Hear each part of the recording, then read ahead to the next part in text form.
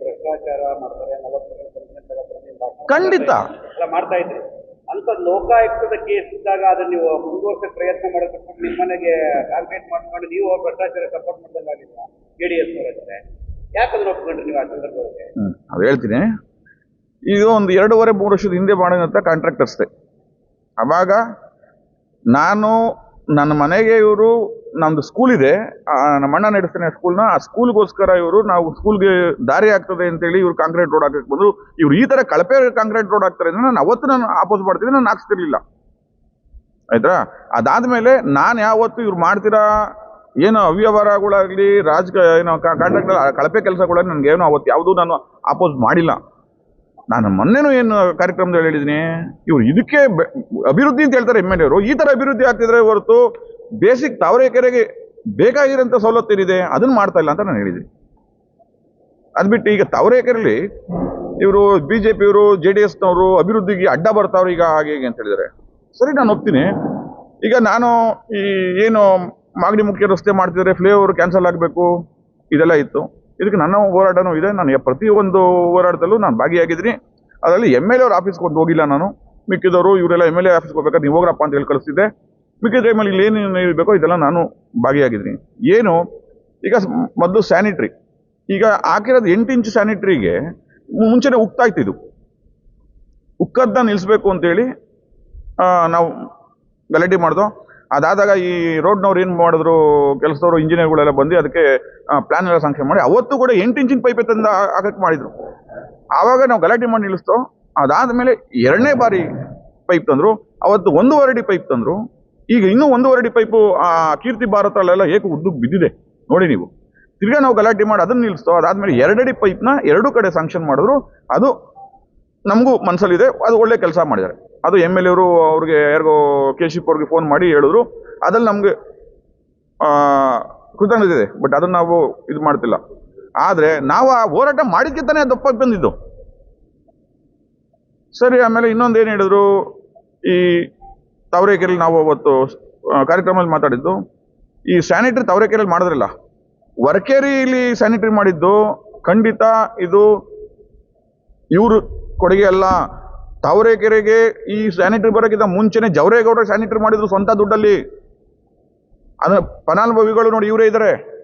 ಇವರ ರಸ್ತೆಯೊಳಗೆ ಜವರೇಗೌಡರೇ ದುಡ್ಡು ಕೊಟ್ಟು ಇದೇ ಬ್ರೆಡ್ ಮಂಜು ಅವ್ರ ದುಡ್ಡಲ್ಲಿ ಸ್ಯಾನಿಟರಿ ಮಾಡಿ ಕೆರೆ ಪಕ್ಕದಲ್ಲಿ ಒಂದು ಇಟ್ಗುಂಡಿ ಮಾಡಿ ಮನೆಗೆ 5,000 ಇಸ್ಕೊಂಡು ಮಿಕ್ಕಿದ ದುಡ್ಡು ಜವರೇಗೌಡರಿಗೆ ಹಾಕ್ಸಿ ಅದು ಮಾಡಿಸಿದ್ದು. ಅದಕ್ಕೂ ಕೂಡ ಇವ್ರು ಸ್ಯಾನಿಟರಿ ಮಾಡಿದಾಗ ಅದು ಸೇರಿಸಿ ಇವ್ರು ಬಿಲ್ ತಗೊಂಡಿದ್ದಾರೆ. ನಾವು ಅದಕ್ಕೂ ಮಾತಾಡಿಲ್ಲ. ಯಾಕೆ ಮಾತಾಡ್ತಿಲ್ಲ ಅಂದ್ರೆ ಅವ್ರಿಗೆ ಅಧಿಕಾರ ಇದೆ.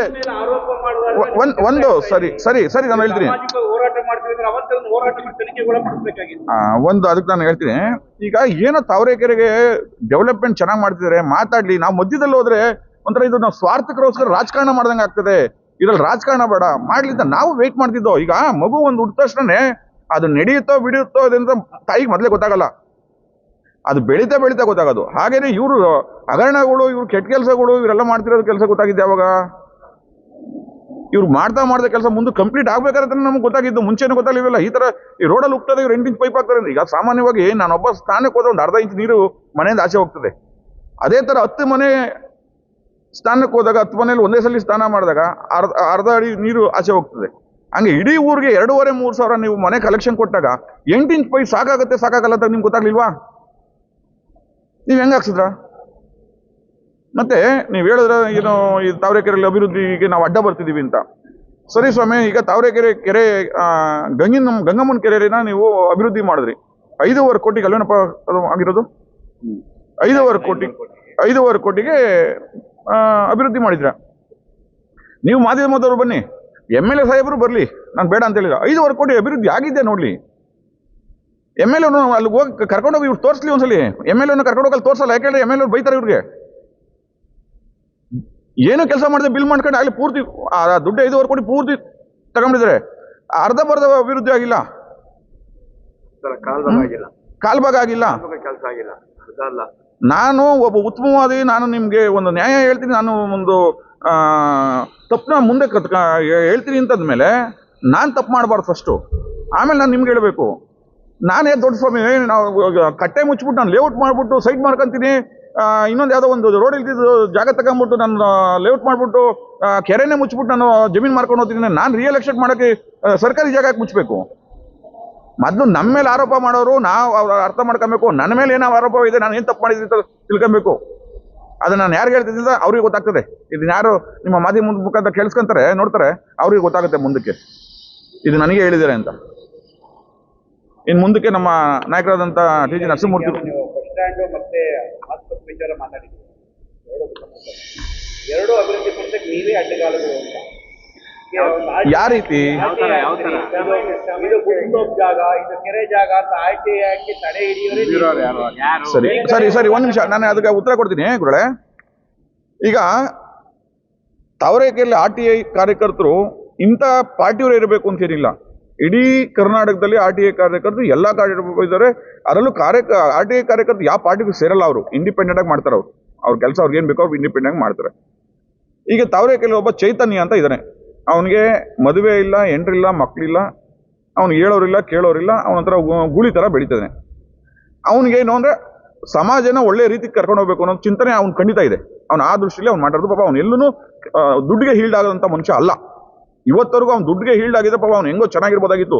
ಇವತ್ತು ಕೂಡ ಅವ್ನು 10 ರೂಪಾಯಿ ಬಸ್ ಚಾರ್ಜ್ ಇಟ್ಕೊಂಡು ಬಸ್ಸಲ್ಲಿ ಓಡಾಡ್ತಾನೆ ಹೊರತು, ನಡ್ಕೊಂಡು ಓಡಾಡ್ತಾನೆ ಹೊರತು ಅವ್ನು ತಾವರೆಕೆರೆಯಲ್ಲಿ ಓಡಾಡಕ್ಕೆ ಒಂದು ಬೈಕು ತಗೊಂಡಿಲ್ಲ. ಅವ್ನು ತಗೊಳಕ್ಕಾಗಿಲ್ಲ. ಅವ್ನು ನಿಷ್ಠಾವಂತ ಪಾಪ ಕಾರ್ಯಕರ್ತ RTIಯಲ್ಲಿ.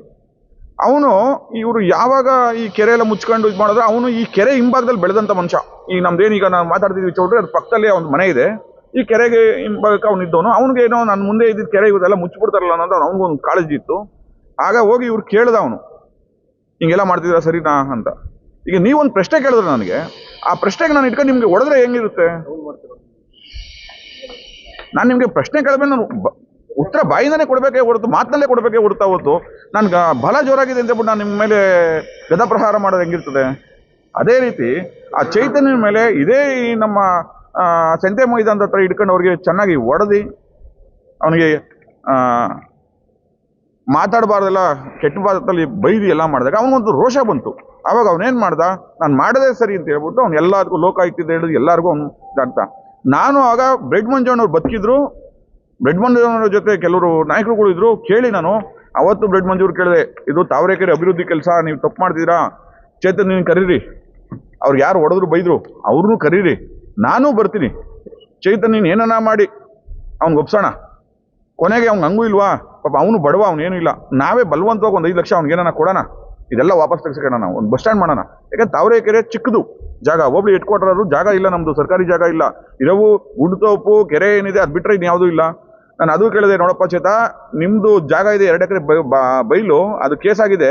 ನಾನು ನಮ್ಮ ಅಪ್ಪ ಹುಡುಗನಾಗಿದ್ದಾಗ ಇವತ್ತರೆಗೂ ಬಿದ್ದರೆ ಹೋಗಿ ನಿಂದೇ ಜಾಗ ಬಿಟ್ಕೊಬಿಡು, ಬಸ್ ಸ್ಟ್ಯಾಂಡ್ ಮಾಡ್ಬಿಡ್ತೀವಿ. ಇಲ್ಲ ತಿಗಾ ಮುಚ್ಕೊಂಡು ಸುಮ್ಮನಿರಪ್ಪ, ನೀವು ಹೋಗಿ ನಿನಗೆ ಕೆರೆನ ಮಾಡ್ಕೊಂತೀವಿ, ನೀನು ಯಾಕೋ ಊರಿಗೆ ಅಡ್ಡ ಬತ್ಯ ಅಭಿವೃದ್ಧಿಗೆ ಬೇಡ ಕಾಣೋ, ಹೋಗಿ ಬಸ್ ಸ್ಟ್ಯಾಂಡ್ ಎಲ್ಲಿ ಮಾಡ್ಬೇಕು, ಹೋಗಿ ನೀನೇ ಜಾಗ ಕೊಡೋ ಸ್ವಲ್ಪ ನಾನು ಮಾಡೋಣ, ಬೇಡ ಕಾಣೋ ಅಂತ ಅವ್ನಿಗೆಲ್ಲ ಮಾಡಿದೆ. ಅವ್ನು ಕನ್ವಿನ್ಸ್ ಆಗಿದ್ದ.